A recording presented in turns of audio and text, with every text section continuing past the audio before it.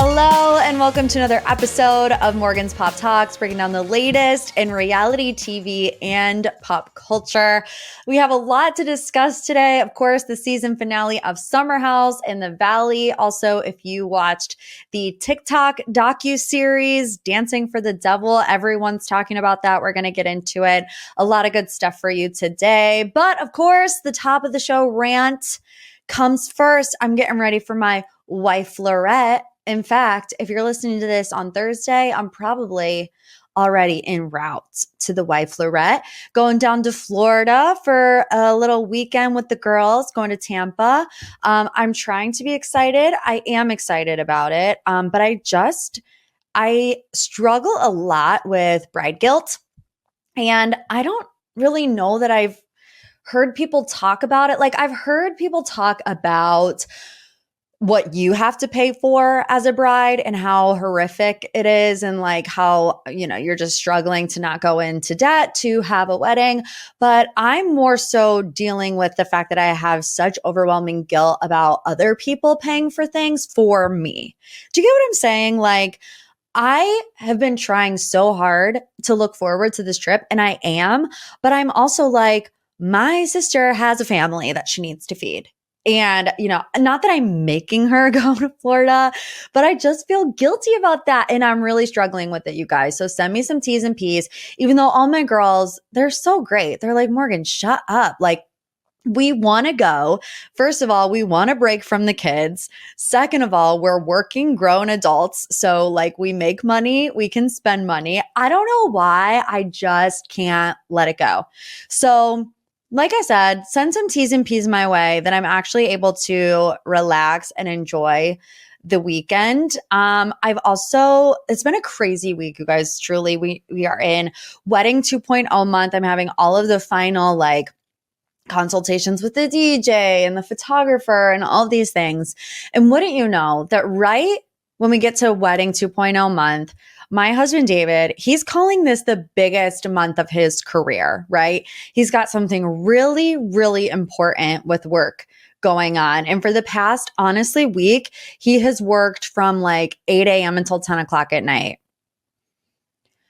So if you can imagine look, I love him and I'm grateful for his work ethic. And of course, it contributes to our day-to-day life, but your girl's going insane over here trying to plan a wedding by myself. It's like all of the things just happen at one time. And what can you do? So David's actually not even here right now. He's in Boise.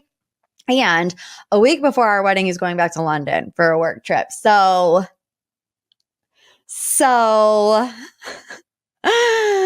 send the T's and P's.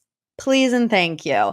Anyways, let's go ahead and get into the Pop 3. These are the biggest headlines of the week. Let's start with Jax and Brittany imploding on the season finale of The Valley. So let me just say this. Back to back here with the Summer House finale and then with the Valley finale, we get these extended episodes live on Peacock, not Peacock, on Bravo. It's 15 minutes past the normal episode, how long a normal episode is. And I hate it. Even though I love the shows, once 10 o'clock hit on Tuesday night, I'm like, it's not over. What is going on? And it's annoying to me because what's the extended version for on Peacock? An hour and a half? You think I got an hour and a half to watch it again? I mean, I'm going to because I am me, but still, it's enough. It's enough. Anyways, I'm just going to talk about the last 15 minutes. This, conversation that we see between Jax and Brittany. It pretty much is a lot of stuff that we already knew, stuff that we already saw play out in the headlines. Brittany left the house. She and Cruz were staying in an Airbnb. They sit down, they have this conversation, and Jax is like, yeah, I made a therapy appointment. And she calls him to the carpet immediately. Brittany clocked him. She's like, oh, you did that yesterday because you knew cameras were going to be here today when I've been asking you for years to make a therapy appointment. And then she says, I guarantee you he'll never go. And it cuts to him in his confessional, and he didn't go because it was too far away. But I was living for seeing Brittany end Jax Taylor. I don't think Jax respects Brittany. He certainly doesn't take her seriously. I think he probably does more so now, but I still don't think he does all that much. And he doesn't really seem like he's affected by the fact that she left. He's like, of course, at first I was upset, but it's been nice. Hasn't it been nice? And, she says it's been amazing, but you can hear like her voice crack in that moment. And I just feel like, Jax, she wants you to fight for her and he just doesn't do it. And he's like, oh, it wasn't that bad. Like our fights weren't that bad. And she's like, no, dude, you haven't done anything to better yourself. You haven't changed in however many years. I love the fact that we're still talking about rage texting in 2024. She's like, as soon as these cameras go down, I'm going to get 1 million rage texts. And I'm just like, really none of us have changed at all because we're still using that phrase in 2024. But we all knew for a long time that Jax had a lying problem. Brittany called him out on it in this episode, talking about how you told TMZ that I moved back in, which wasn't true. And this was in the extended version. Jax also lied about Brittany having a stroke when he was on House of Villains. I remember whenever this was all happening and it was playing out in the media and the headlines, but I never knew for sure whether or not Brittany did or didn't have a stroke, but she said here that she didn't. So he said on House of Villains that she had some health problems or had a health problem and that she had a mini stroke. And people were like, oh my gosh, as anybody would be, right? Showing concern and compassion and whatever. And Brittany's like, I did not have a stroke. So why would my husband lie on national television and say that I had a stroke? He does it for attention.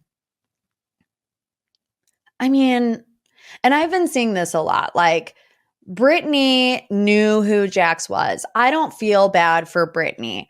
I do feel bad for Brittany. But I feel like I am really encouraged by seeing Brittany be empowered. And I loved this moment for Brittany where she had the strength to walk away. I feel like she is a much stronger person. She says, I've woken up. I know I'll be okay. I make enough money for myself. I know my worth. And it's like, how long have we been waiting for this moment for Brittany? I mean, we think way back to early seasons of Vanderpump when Jax cheated multiple times. And it's like, you wanted her to say that then, but everybody comes to that realization in their own time. Like, it's so easy for somebody sitting at home watching on their couch to be like, oh, Brittany, like, you deserve so much more. You're worth so much more. But when you don't feel that, especially at the age she was at, I think she was like 27, 28. People can tell you that until they're blue in the face. You won't internalize it until you come to that realization for yourself. So I was really happy to see her come to that realization in this moment. I'm going to say something that might get me canceled. And like,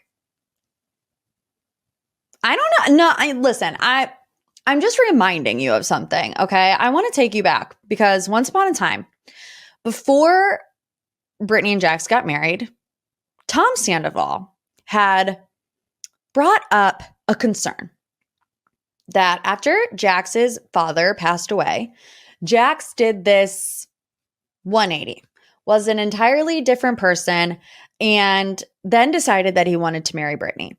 And Tom said, I'm happy for you, Jax. However, I just want to make sure that you don't revert to your old ways because you're in a heightened emotional state right now. And people came for him. I mean, obviously, like, it's a horrible thing to say out loud. Even me reiterating the idea, I feel terrible for saying that out loud. I just want to ask you the question, and you can come to the decision on your own. Looking back at it, do we think Tom was right? Okay, I'll let you simmer on that for a little bit. Jax is also tweeting up a storm after the finale, and this is what he tweeted. It's since been deleted. This was at 3:14 a.m., I believe, on the East Coast. So it was about 1 a.m. in LA. It's from Mr. Jax Taylor. It says, you may want to ask Brittany who she's been sleeping with for the past 4 months, ... And you know what? I don't care. I don't care, Jax. You know, it is what it is. I feel like you guys are, I mean, I personally don't operate like this just based on my morals and beliefs, but if they're separated and Brittany wants to find somebody that makes her feel good in her own skin, more power to her. More power to her. And the only thing that, see, this is just another example of Jax throwing Brittany under the bus and not really caring the ramifications that it's going to have. Because even when he was spotted out with this Paige person, you know, all those pictures came out. Brittany was posting some cryptic things on her Instagram. And what did Jax Taylor do next? He posted a text thread between him and Brittany, like getting along, talking about Cruz. He always tries to like course correct and always tries to put stuff out there that like shifts the narrative, right? So I feel like he's doing it here too. And I'm naive, so I believe everything that everybody says at face value, except Jax, because we know he's a chronic liar. So I feel like he's probably even lying about this. I mean, if you lie about your wife having a stroke, you're probably lying about this too. But I believe Brittany when she says that this wasn't for show, because I just believe her. But I also just still find it very convenient that this happened this year, especially after Tom and Ariana, Kyle and Mauricio, Dorit and PK, and, you know, now Jax and Brittany. So either something is in the air over there in California, or these people know that we love watching breakups on TV. All right, let's move on to headline number 2. We have a part 3 in the Loverboy Spritz Society debacle. If you missed it, I talked about it last week. There was this big uproar between Kyle Cook and Craig Conover, although Craig Conover has not said anything publicly, but Claudia Oshry, one of the hosts of The Toast, came to his defense on her podcast. So just to refresh your memory on Watch What Happens Live, Kyle came out and said that he was a little disappointed that Craig invested in a competitor of Loverboy and said that Craig has a history of lying and he lied to me about it. Claudia went on her show and, you know, ripped Kyle a new one and said, Craig didn't lie. Kyle is twisting the narrative, all of these things. I'm not going to rehash it word for word. You can go back and listen to it. But this is where we are now. So Kyle went on Jason Tartick's Trading Secrets podcast. And I'm just going to say you're welcome for this because look, I know that Jason Tartick probably would have saw the news anywhere else, but I do believe that Jason Tartick first saw this story on my Instagram. You want to know why? Because he commented on it, and he commented on it. I'm just going to pull it up so I get it word for word correct, what he said on my post. Oh, God help me if I can find it quick enough. Here it is. Look at that. I got it. Jason Tartick. Need to get to the bottom of the specifics on the Trading Secrets podcast. Great breakdown, Morgan. So I feel like in my head, I'm just making this up, you know, willy-nilly. He saw this on my feed. He DM'd Kyle. They set it up and there you go. Either that or it was planned in advance and he was planting a seed in my comment section that he was going to interview Kyle. But anyways, you're welcome. So essentially, Kyle said, first of all, that Andy caught him off guard, that he wasn't prepared to talk about the situation with Craig, but that when Andy asks you a question on Watch What Happens Live, you answer it, because if you don't answer it, you stop getting asked back. And Andy kind of sensed that Kyle was upset about it, so he kept digging deeper. Also, he cleared up the fact that Loverboy does have investors. That's one thing that Claudia said. She said, Loverboy doesn't take investors. We do. We want our talent to get compensated. So Kyle says, no, we have investors, whether they are an employee, a consultant, whatever, he has an investor, or he does have multiple investors. He says, I'm not a sole owner. And Craig never expressed interest in investing in Loverboy. So according to Kyle, Craig made a point of reaching out to him when he came into town in February. They had drinks before meeting up with another group of friends. And like in that 10-minute window before the friends got there, Craig like sprung this news on Kyle that he was offered equity in the Spritz Society. So he said in that moment, it happened really quick. Craig actually got up and left. So I didn't really have time to process it. But the next day, Kyle says, I texted Craig and I said, hey man, I've been thinking a lot about what you said about this opportunity you have. Please hold off from signing something. I would like to put an offer on the table to counter it. And then he said they went back and forth for a while, and Craig essentially said that it was too late. Kyle says, and that was that. He's a good friend of mine. You know, I just thought he'd at least give me an opportunity to hear me out. I just didn't think one of my good friends would go hop in bed with a competitor. He also claimed that Ben, who is the founder of Spritz Society, who's married to Claudia, DM'd Kyle for a potential meetup when he was already in talks with Craig. Kyle didn't see the initial message, but they did meet each other at a conference a couple weeks later, and then they went to dinner. Kyle claimed that he and Ben discussed throwing a party together to cross-pollinate their audiences, but Ben didn't tell him that he was already in discussion for a collaboration with Craig. So basically, Kyle is just accusing him of withholding information. And he said, you know, the very next day he was with Craig, and you know, during that dinner, he didn't sit down and tell me, oh yeah, we have a deal with Craig in the works and I'm seeing him tomorrow. And the next day he didn't say to Craig, oh, by the way, I met with Kyle last night and we talked about business. I mean, that is also subject to interpretation, whether you think that's shady or not. I personally don't think that Ben has to divulge every single, you know, collaboration plan, or like, I just don't think Ben had to say, oh, by the way, I'm meeting with Craig tomorrow.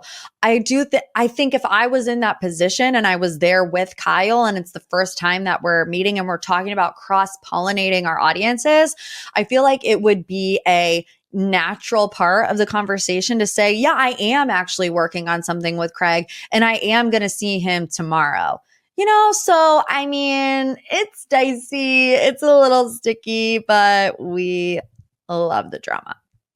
Last but certainly not least, honestly, the highlight of my week was the Traitors season 3 cast has officially been announced. I was getting really, really annoyed and agitated with all of these content creators because I feel like for months, it's one thing to come out with like your dream list. These are all the people I would love to see on the Traitors. But when every single day you're making posts and videos, here's the Traitors cast, here's the Traitors cast, and it's never right, I'm like, just stop. Just stop doing that because you just want engagement. That's all that it is. And that's why, you know, I've learned that lesson. Like, I've been there when the leaks come out and you want to like race to get a video up because you want the views for it, and then half of it ends up being wrong. So it's just pet peeve of mine. Anyways, that was a bit of a tangent, but here is who will be on season 3. Tom Sandoval, Robin Dixon, Dolores Catania, Wells Adams, Tony Vlachos, Caroline Wigger, Brittany Haynes, Boston Rob, Dorinda Medley, Chriselle Staus, Danielle Reyes, Bob the Drag Queen, Chanel Ayan, Gabby Wendy, Dylan Efron, Jeremy Collins, Bob Harper, Sierra Miller, Lord Ivar Mountbatten, Sam Ashgari, and Nikki Garcia. I know that was a lot. Let's get into the ones that I'm interested in and excited about. I'm not excited about Tom Sandoval being on this. I feel as though, you know, anybody that goes on this type of show, and even with like special forces, they want people that do have a story to tell, right? And Tom Sandoval at this point in his life has a story to tell. He's been a villain, whatever, you know. However, I feel like we got that with special forces, and I don't really see why we need it again. I do also think that they cast people who they know could potentially be a villain on the show or who could potentially be an easy target. So I do think that Tom Sandoval kind of fits that mold. I just feel like, and I feel like this way with a couple other people, I just feel like there are better options from Vanderpump Rules than Tom Sandoval. Like, we have Tom Sandoval fatigue at this point. I know I do. I would have loved to have seen James Kennedy. Like, I feel like James Kennedy kind of got the short end of the stick on the season of Vanderpump Rules. He was the comedic relief. Can you just imagine him running around a castle in Scotland, like occasionally wearing a kilt, at the round table? He would just be an iconic person to be on the Traitors.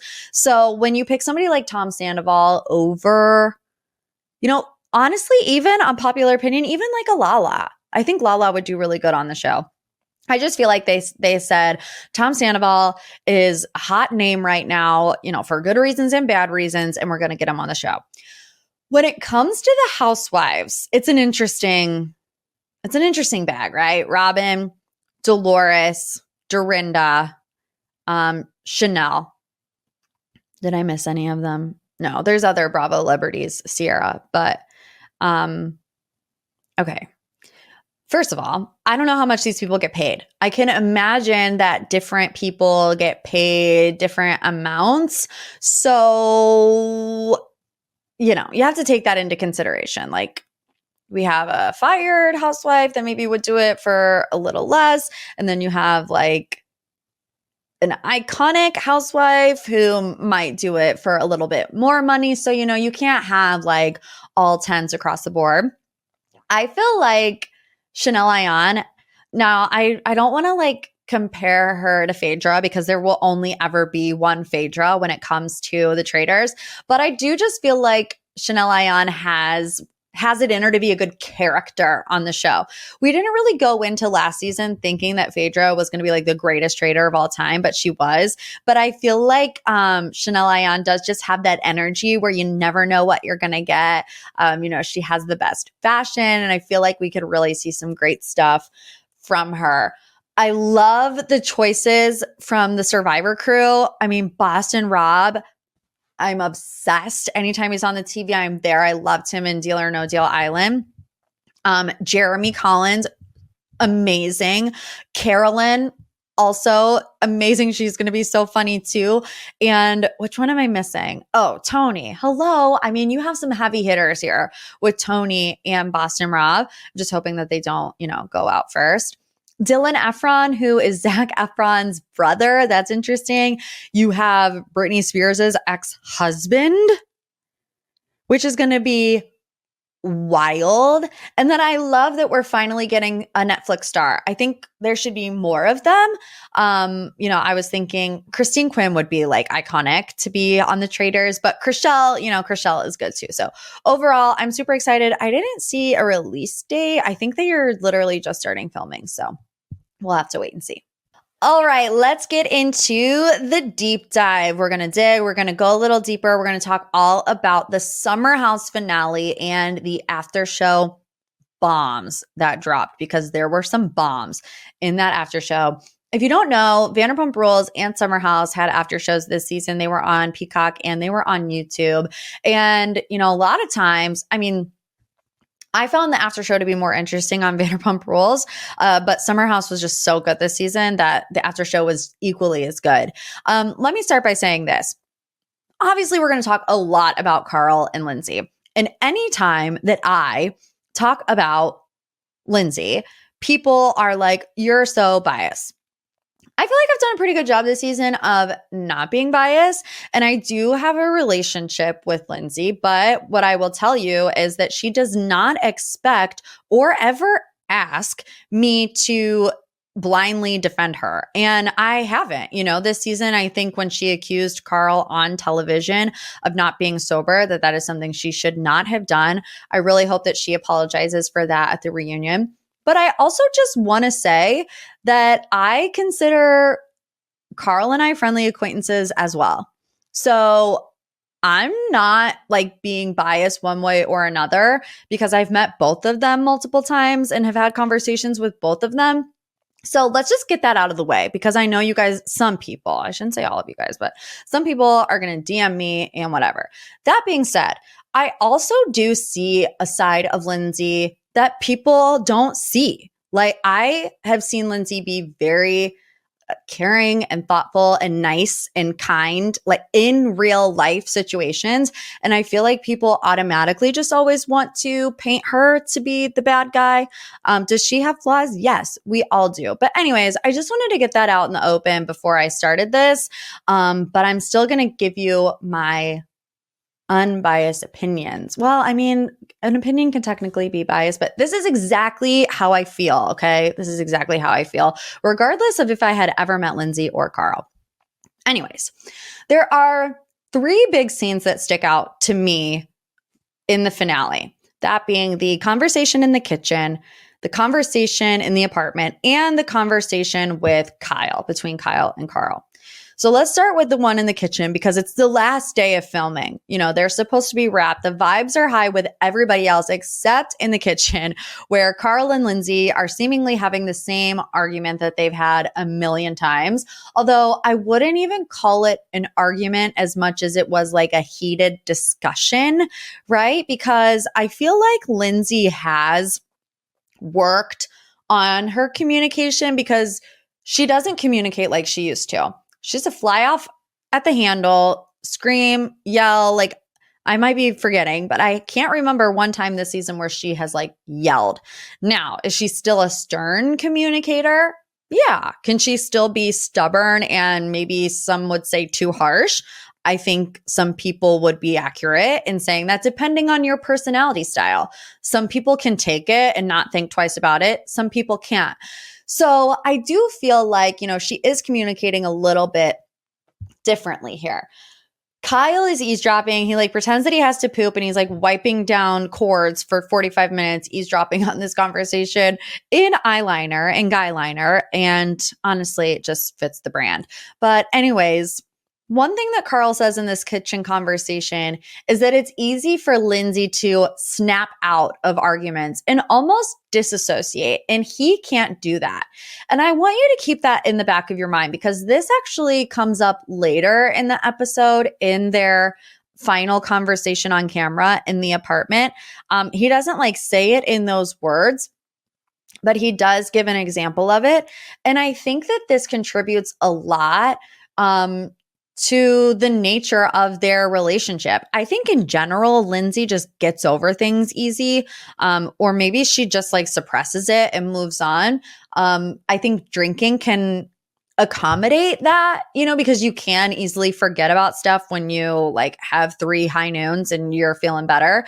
Carl can't do that, especially in his sobriety, and because I feel like he is a more sensitive person than Lindsay is. But she is asking questions. She's like, I am going to ask questions. I can't change who I am. And I think I wrote this down and then they said it again at the end of the episode. So I'm like, yes, I love being right. But the problem is that before Carl quit Loverboy, I really believed that Lindsay was the one he was going to a lot about his decision to leave Loverboy. And what should I do? And how should I say it? And what do I do after that? And how do I make sure that Kyle and I are good? I feel like, you know, that was early on in their relationship when they weren't fighting as much. And I feel like they probably had a lot of conversations about that. So Lindsay is like, okay, we went through that whole situation and it was a very stressful time in the guise of Carl's career. So we're in a different stressful time where Carl is trying to navigate his career. Why is it not working the same way that it did in the fall? So I think there's a lot of layers to it. He says he wants a lover and he wants intimacy and he wants someone who cares how he feels. And that's totally valid in a partnership. I mean, if you are getting ready to get married to somebody and you don't feel intimacy with them, that's a big, big problem. And it's like, you know, she asks, what are your needs? He answers. She doesn't like the answer. And it's just that continuous spiral and continuous circle forever and ever. Carl tries to course correct in this moment. And it's like we've all done this before. I know I've done this before. You're in the middle of an argument. You look at this person and you know that you love them. So, you bring up something sweet and tenderhearted. And like, I'm not saying that he sat there and planned this out, but you want to feel like the love with your partner. So he says, this is our engagement anniversary. And I'm feeling like he's trying to pull that warmth out of her. Like, yeah, this should have been a great day. We were so happy that day. Like, let's celebrate the fact that it's our 1-year engagement anniversary. And I'm thinking, like, typically in arguments, those types of moments bring people back together. It did not bring them back together. The hug was so cringy and so awkward. Oh my gosh. And Lindsay says, every relationship has ebbs and flows. And I have to full stop, 10 toes down, disagree with her here. I mean, I agree with the fact that sure, relationships have ebbs and flows. This is not an ebb and a flow. This is a toxic communication style. And if you guys can't figure out how to resolve conflict, that's not an ebb and a flow. Like, that is how you speak to each other. Do you get what I'm saying? Like, you can't want something to work so badly that you ignore big red flags. And I feel like Lindsay did do that because she wanted it to work, so badly. So then we get to this conversation between Carl and Kyle. Filming had wrapped. It was done. The season was over at this point. Then we hear little whisperings of a Sunday night fight between Carl and Lindsay. And then by Wednesday, Kyle is sitting down with Carl at a coffee shop, talking about the situation. What I want to know, and the question we have not yet had answered, is what did they say to Kyle to get him to that coffee shop? What did Carl say to production so that production started facilitating these extra scenes that they were filming, right? Because I have to think, if I'm a producer and I get a call from Carl and he says, oh, me and Lindsay fought again on Sunday. I'm like, okay, and what do you want me to do from there? You guys fought all season. What's the difference? Why do I need to bring the cameras back now that the season has wrapped? Unless he knew that something else was going to happen. Do you get what I'm saying? It just still doesn't make sense to me. I'm really hoping that we get the answer at the reunion. And I can understand maybe it's something like they were going to film the wedding and they had to bridge this gap, of these big fighting moments into going into the wedding. But we all saw there was no bridge in the gap. So I need to know. I need to know what was said. Please, Andy Cohen, I hope to God that you asked that at the reunion because the people need to know. But Kyle asks him, what are you protecting? You guys have this toxic communication style. Carl talks about the fact a couple months ago, Lindsay gave the ring back and how these memories come up for him. That's another example of Lindsay being able to forget or maybe disassociate and Carl internalizing things and holding on to them and still feeling hurt from them. And that's okay.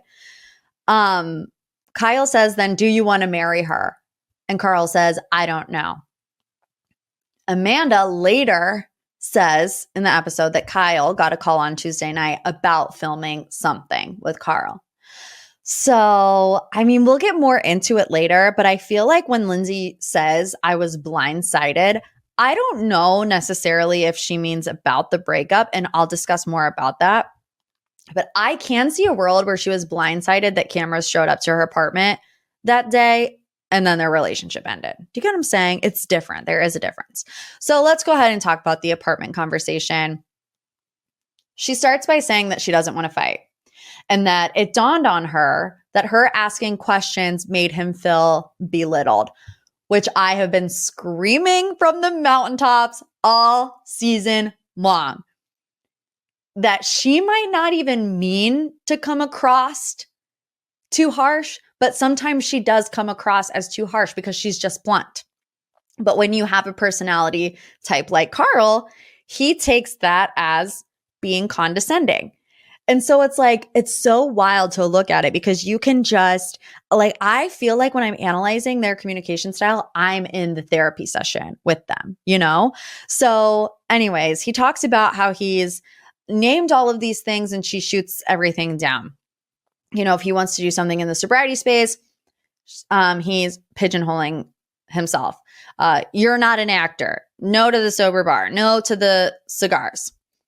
And then he says, how do you start telling me that you're going to record our conversation on Sunday when we were fighting in the car?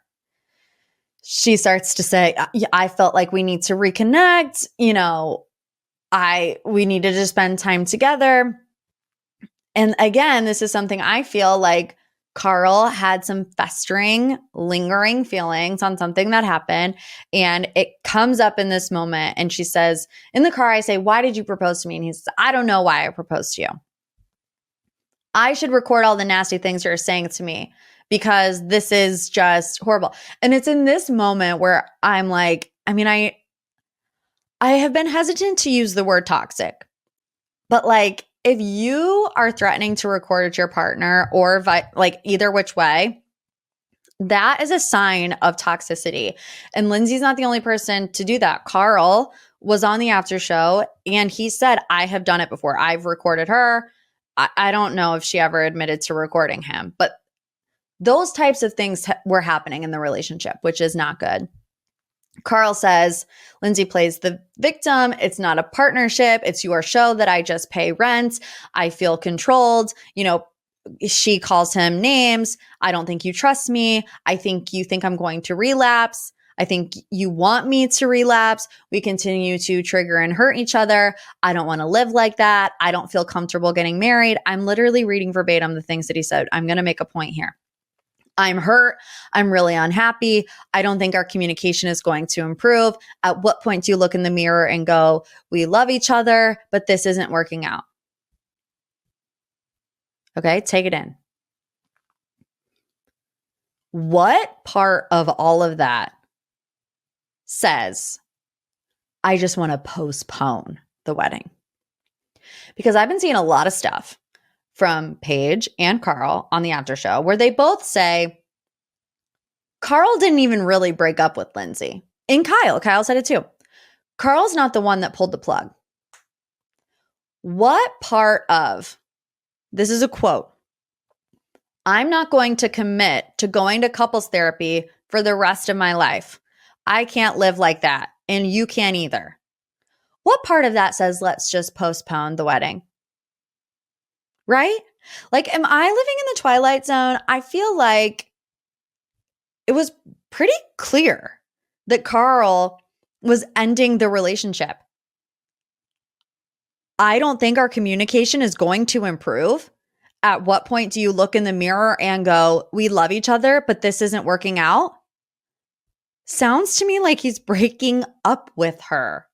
If I'm missing something, like, please tell me. Please send me a DM or something because I don't understand that at all. It's like, just because he didn't come out and say like, it's over, I want the ring back.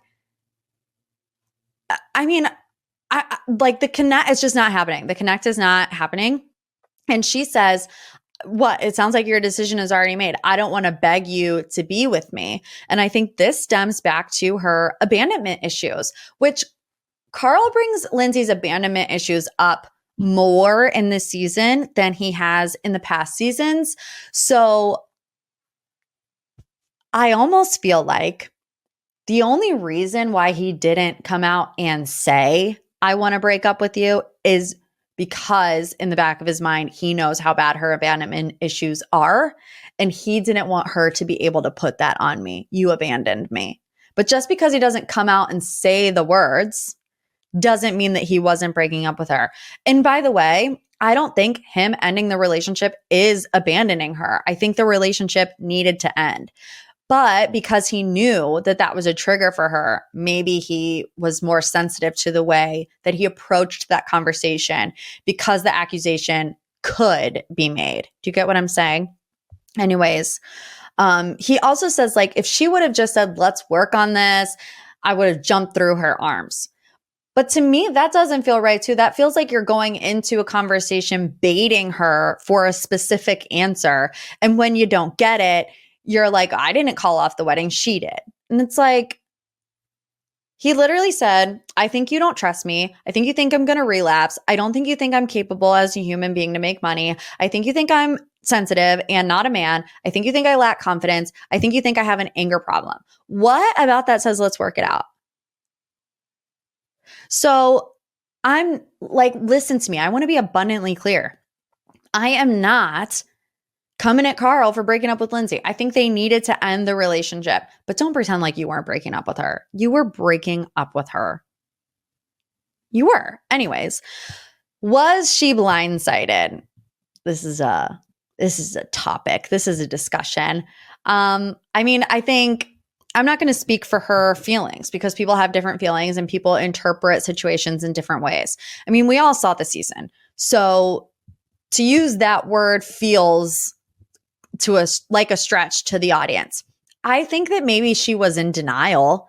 And like I said, I think, I think she confused hard work in a relationship for staying in an unhealthy environment.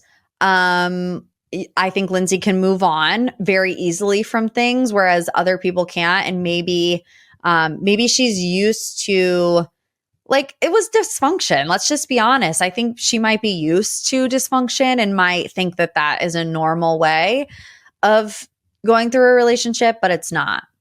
It's not. So 2 days later, the girls get together at Danielle's apartment. Amanda's kind of riding hard for Carl. Gabby's riding hard for Lindsay. Amanda says they both say really messed up stuff to each other. Gabby says, I don't feel bad for Carl because he knew what he was doing. But like I said, I think they are talking about two different things. Like, forget about why it happened. Like, how did it happen with the cameras? I mean, like, that's what we're all trying to figure out, right? We know the fights, we know the toxicity, but what was said to production to get them to that apartment 3 days after the season was supposed to have been done. And Amanda says, do you know how hard it must have been for him to do this? I could never do what he did. It would take so much strength. And she's like starting to choke up a little bit. And the internet went wild. You can imagine. You can imagine the type of things that people are saying, because there are some parallels to the fighting and the arguments that were going on between Kyle and Amanda before they got married, and they ended up getting married. So whatever. In comes Lindsay. They have a group hug. Everybody loved this moment, right? Like, everyone was like, oh, the girls, they have each other's back. And in that moment, like, Paige had some comforting words for her. She's like, let him go. Let him go.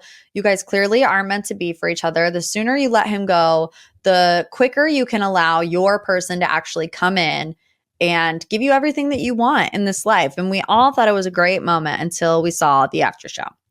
And the after show, Paige is saying that Lindsay was fake crying, that she couldn't give Lindsay 100% sympathy because she was immediately trying to paint Carl as the villain, that Lindsay twists stories, and Paige has been on the receiving end of a twisted Lindsay story.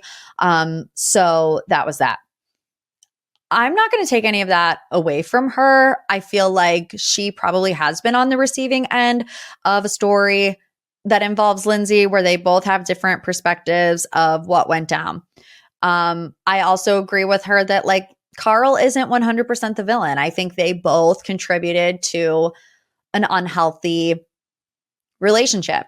I didn't like the fact that she said, like, oh, no tears, Lindsay, because I just feel like that's kind of mean to accuse somebody of fake crying 2 days after they got broken up with on national television. And she may be right. It's just something that I wouldn't necessarily say. And I've loved Paige all season. I thought she had a really great season. And I had that, if I had a critique, and I'm going to critique because that's what we do here in a nice way, love and light. And this is what I said last year, and I got some pushback for it. Paige, I feel like, holds on to things until she's in, like, I guess, a safer environment to say them, like a reunion or like a confessional. She never says these types of things to anybody's face, even like with Danielle. Her saying like CEO of what, and Danielle's on this high horse and all the things. And like they are true to a lot of people. But she never says it to them in the moment in the season. It's always where she can kind of throw the stone and then hide. And I don't know. Sometimes that rubs me the wrong way. I think Paige is funny. I think she's witty. I think she's quick. I love her for reality TV. But that's just one thing that does bother me from time to time. And something I saw on Twitter over this past week that I thought was interesting, and I don't really know how I feel about it, but the tweet said something along the lines of, Paige and Lindsay are very similar, more similar than the audience would like to acknowledge in the things that they say. Paige makes them funny. Lindsay says it in a bit of a blunt way, and the audience has two totally different reactions to it. So I want you to just think about that, mull it over. And there you have it. The reunions are going to come in hot, I'm sure. So can't wait to continue to discuss. Okay, last but certainly not least, wow, I'm long-winded today. Get a grip, Morg. Dancing for the Devil on Netflix. Everybody is talking about it. The 7M TikTok cult alleged, right? David and I watched it over the weekend. So in case you don't know what I'm talking about, it's a Netflix docuseries. It's called Dancing for the Devil. There is a talent management company called 7M that is ran by a guy named Robert Shin.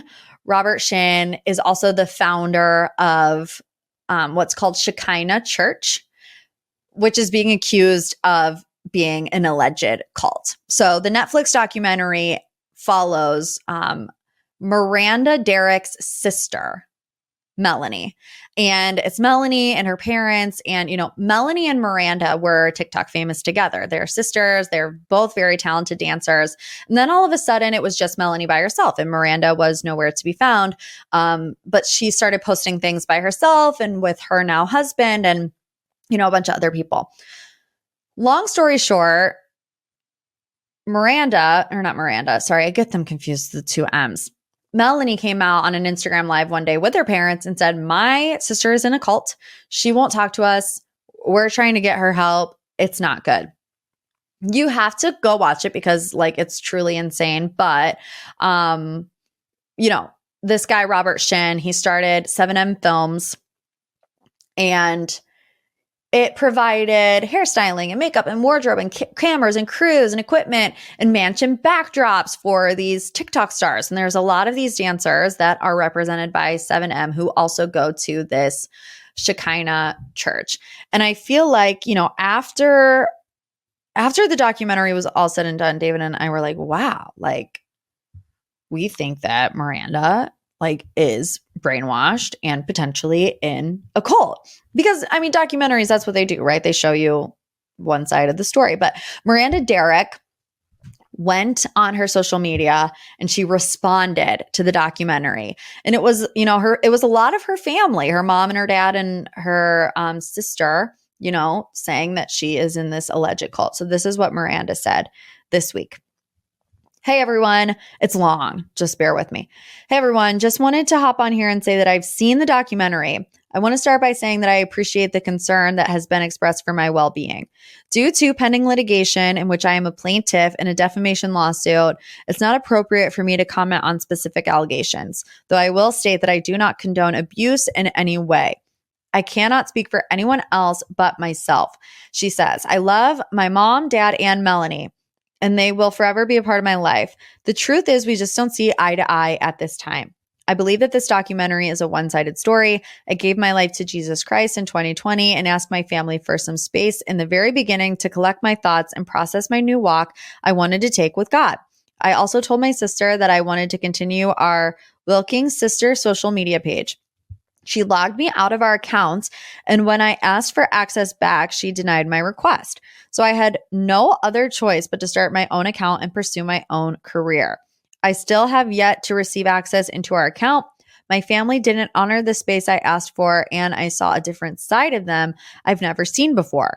Honestly, it made me mad, frustrated, and annoyed that they were being so overbearing and chaotic.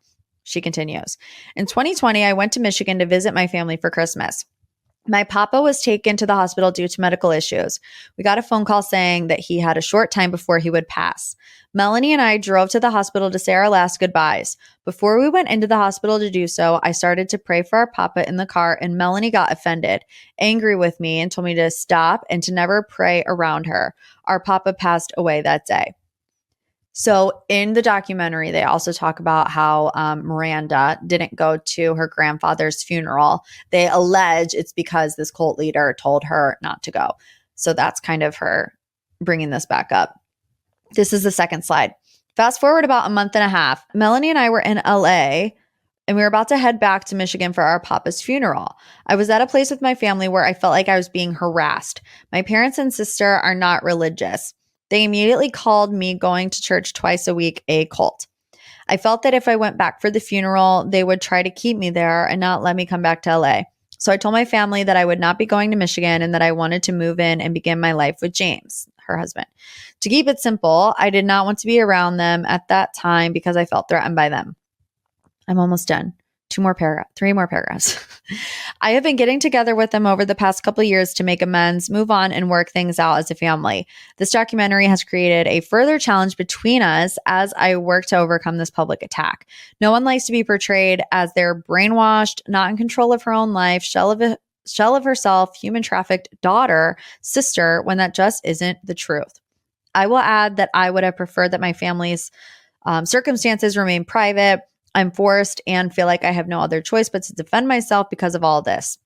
I can't convince anyone to believe anything. I am just a woman trying to live my life. I am not a victim. I am not in any harm. I am not being abused.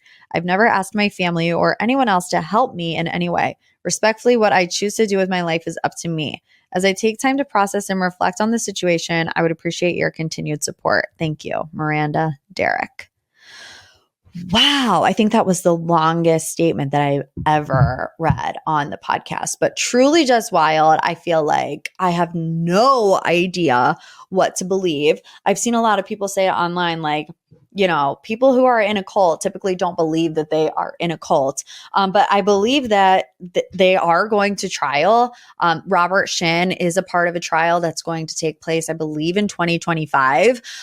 So we'll see. But I mean, Miranda is like not the only person to ever be implicated in this religious organization. There were tons of people on the documentary, former dancers, people from 10 years ago who were in this church that detailed their experience.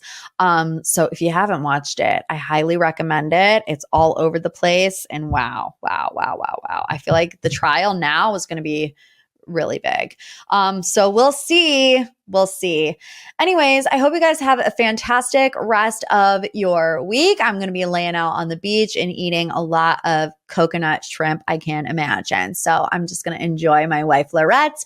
I hope you have, like I said, a fantastic week. Leave a review if you haven't done so yet. A little 5-star boop boop, a little love you like a sis, and I'll see you back next time on MPT. Bye.